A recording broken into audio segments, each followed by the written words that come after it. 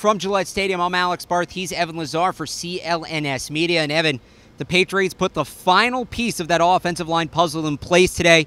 Not for this year, but long-term as they lock up Shaq Mason, 5 years, around $50 million. That's what's going to be the deal for the former fourth-round pick out of Georgia Tech. And before we get to Mason individually, you pointed this out to me before we came on, as a whole, Patriots have their offensive line for what may be the rest of Tom Brady's career. Yeah, if you kind of factor in Isaiah Wynn and his rookie contract, basically all the key pieces are signed at least through the next 2 seasons, which is great news for the Patriots, great news for Tom Brady, obviously, who's probably going to be here at least for the next 2 years. So Fingers crossed. Right, we'll see beyond that. But overall, I mean, you got Isaiah Wynn, Marcus Cannon, Shaq Mason obviously now signed all the way into the 2020s. So this is all great news for the Patriots. There are 2 guys, Trey Flowers, Shaq Mason, that were free agents at the end of this year, which were big-time contributors for the Patriots, so they really needed to lock these guys up and keep them around here in Foxborough, and they've done it with Shaq Mason, and I couldn't be happier. I think Patriots fans couldn't be happier. This is a great deal for everybody.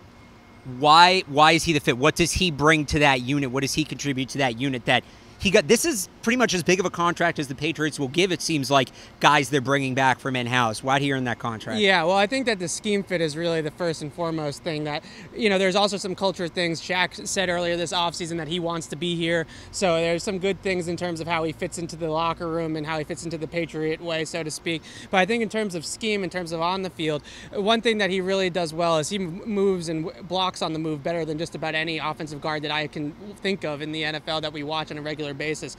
I mean, in terms of guys that can kind of block on the move, do things athletically, pull blocks, zone blocking, those types of things, the guys that are, is a short list of dudes that can do it as good as Shaq. Bill Belichick specifically spoke about that and gave a lot of credit, his ability to do that, to his college years, playing at Georgia Tech, playing in that triple option offense.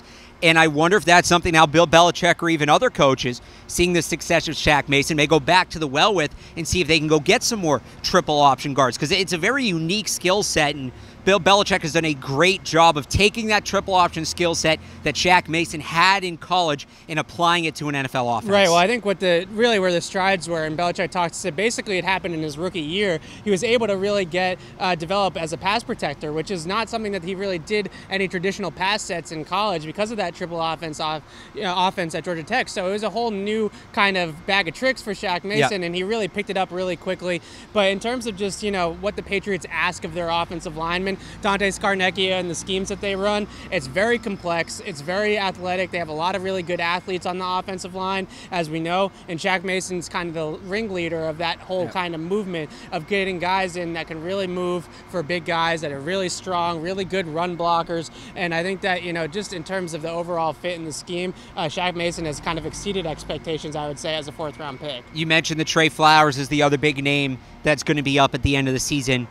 How important was it that they got Shaq Mason's contract out of the way now before they had to deal with Flowers? Oh, yeah, really important, and I think it's just super important that he didn't hit the open market. They gave him the 5 years, $50 million, which on the surface looks like a pretty fair market deal, but as we know, a lot of that money that gets reported is through the agent, so they try to beef it up and kind of make a splash with how much guaranteed or total value there really is. $23 million in guaranteed puts him squarely in the top 5 for terms of the guaranteed at signing, but in terms of the total value of the deal, you know, it's going to be incentives-based. As we know, it's going to be incentivized by Pro Bowls or All-Pro nods or whatever the case may be. So around $10 million per year is a fair market value deal. Obviously, Zach Martin is the best guard in the league, got a lot more than that. So we're looking at a deal that is pretty much exactly where he belongs. When you look at what the other guards around the league are getting, like a guy like Zach Martin, I think it's clear that the Patriots, I don't think in any way Shaq Mason got the short end of the stick, but I think the Patriots made out pretty well, as opposed to if perhaps Mason had gone elsewhere and they would have had to replace him, or if they would have had to pay him on the free market. Final thing here before we wrap this up, Evan, is we always see with the Patriots, and this is a bit of a talk radio soundbitey question, but I got to ask it. Yeah. If X player is re-signed, does that mean that Y player is going to walk? Sure. They allot so much money, X amount of dollars, to bring back their players. Whose money did Shaq Mason get? Because Shaq Mason is extended, who's now on the outside looking in, at a That's possible good question. contract extension? I think that Trey Flowers is the guy that you get kind of worried about now. Could hit the open market. Are they going to get a deal done like they just did with Shaq before week 1? It doesn't look likely, seeing how late in the process we are right now.